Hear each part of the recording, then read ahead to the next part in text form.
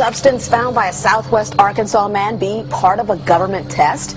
Well, that's the question at the heart of a phenomenon called chemtrails, now getting widespread attention. Well, they say the government is dumping chemicals on us to control or manipulate the weather. And they say the unusual-looking jet trails in the sky are actually chemical-laden chemtrails. People say the government is up there in airplanes spraying all kinds of chemicals to change or manipulate the weather, leaving what you see there, and they call that a chemtrail. So when I look up there and I think of contrails, you're telling me are chemtrails? Yes, that a contrail would be dissipated by now. And it's interesting, Dale and Christina, this is of interest not just in this country, but European countries and frankly all over the world. A lot of folks interested in it. Well, Dave, you mentioned that climatologists and others who study the atmosphere believe that they'd be able to surely spot any kind of signs of an ominous plot. Chemtrails. On the internet, they are cited as proof of the government creating clouds to combat global warming. They claim the American government, with the secret approval of the national government, is covertly using jet aircraft to spray population centres with aluminium, with barium and with strontium so as to reduce people's immunity and reduce the global population. I'm always a little bit suspicious because the government doesn't seem that capable to do something on such a large scale. You know? That is not rain, that is not snow. Believe it or not, military aircraft flying through the region is dropping chaff. Small bits of aluminum, sometimes it's made of plastic or even talicized paper products, but it's used as an anti-radar issue, and obviously they're up there practicing. Now, they won't confirm that, but I was in the Marine Corps for many years, and I'll tell you right now, that's what it is. As you know, I have a background in the energy fields. I worked in the first solar plants in the continental U.S. in the early 80s. My home was on the cover of the world's largest renewable energy magazine, so this is my background. My goal has been to alert the public there is a mountain of toxic material falling on us, period. Before about 5 years ago, our skies were typically blue, and now you see it's covered with lines and haze. And virtually nothing you see on the horizon, nothing you see in the sky above us, is a natural cloud. I mean, it is virtually all the remnants of these aircraft lines that you see fanning out, spreading into clouds, artificial clouds. But the sky is a very dirty look to it. There's not the white cloud blue sky that we had only a few years ago, but it looks like there's some sort of massive industrial activity or forest fires burning over there, and we see that typically every night. You see, even down to ground level, the clarity drops off significantly, and we don't see that except for the days when we have these long, lingering trails that spread and cover the whole sky. And on certain days, you can see these trails actually dropping vertically like a veil. We assume the particulates are descending, and we have the test to prove that we are being inundated with levels of aluminum and particulates that are literally tens of thousands of times what would already be considered high. So we're not talking about exposure to a slight percentage higher of these toxic materials. We're talking about quantities, for example, off the side of Mount Shasta. If you can pan back, that's a landmark in Northern California, considered to be a pristine water source. Aluminum or snow sample off the side of Mount Shasta tested 61,000 parts per billion. This is just ordinary snow water, and people are drinking this stuff when they're hiking on the mountain. And remember, government action is required at 1,000. This is 61 times over the government limit, and our hikers are drinking this poisonous water on Mount Shasta Mountain itself. God. Barium, 83. Strontium, 383. So this summer, the people climbing are drinking poison. Basically. I certainly wouldn't want to drink 61,000 micrograms per liter of aluminum. And again, we've already seen in 5 years soil pHs in this area that have escalated 10 to 12 times. And we can prove that conclusively. Well, this is not speculation.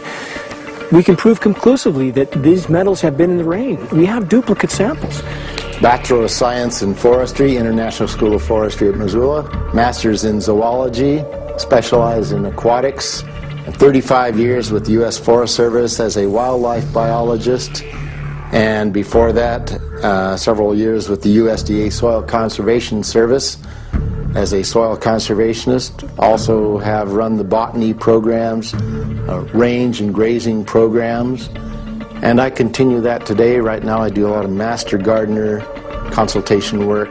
When I started this garden back in about 2005 or so, the pH here was 5.5, 5.6. This is the old soil survey of the county.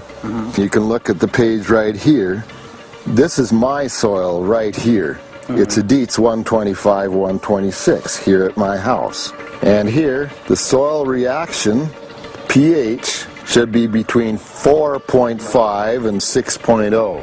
And over there in the pure mud, it's even a little darker. It's 6.8 right there.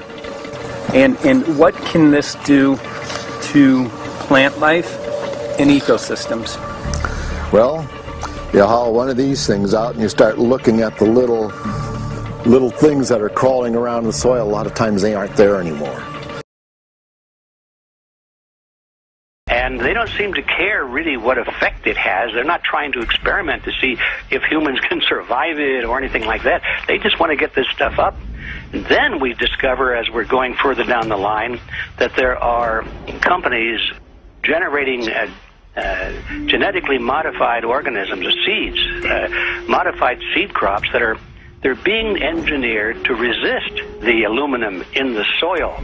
And a lot of crops won't grow in that. And so now, after they've messed up the soil, all the farmers were going to have to go back and buy seeds that have been genetically engineered to resist the aluminum that have been put into the soil. And all of a sudden, mankind is completely dependent upon these companies like Monsanto and other giant agricultural firms.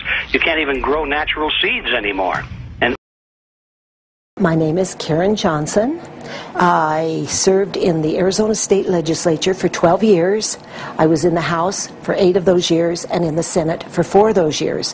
When you see a plane fly overhead, there's a trail that leaves the end of that plane, and it goes from one horizon all the way to the other as the plane flies across, and it begins to filter out and cover more and more of the sky in kind of ripples. It widens out and fills the whole sky. I mean, how could anybody think that that was the case? And then to live and to be underneath that and know that whatever is in that is falling down upon you and upon your animals and upon the earth. And I mean, it's frightening to me. And if people don't start really waking up and facing the fact that we've... And when you look at the air samples and you see the fine particles of aluminum, which is very flammable, and magnesium settling on the trees, this is causing unprecedented savage wildfire. But if you look at this, you can see these are parts per million. They sent this to me, and I just found this to be extremely interesting because we should have like 2 parts per million of aluminum in our air. And this is saying that there's 39,000 parts of aluminum. That's astronomical. Barium is high. I mean, these are way off the charts of what people should be breathing or what's coming down on them. And, you know, if people wonder why their health is deteriorating, why they're having to go to emergency rooms, why they can't breathe, you know, why they're getting Alzheimer's, this has been planned. We have elites, I don't know what you want to call them, one worlders, Illuminati, I don't know, whatever you want to call them. But with these people that don't care about the average person.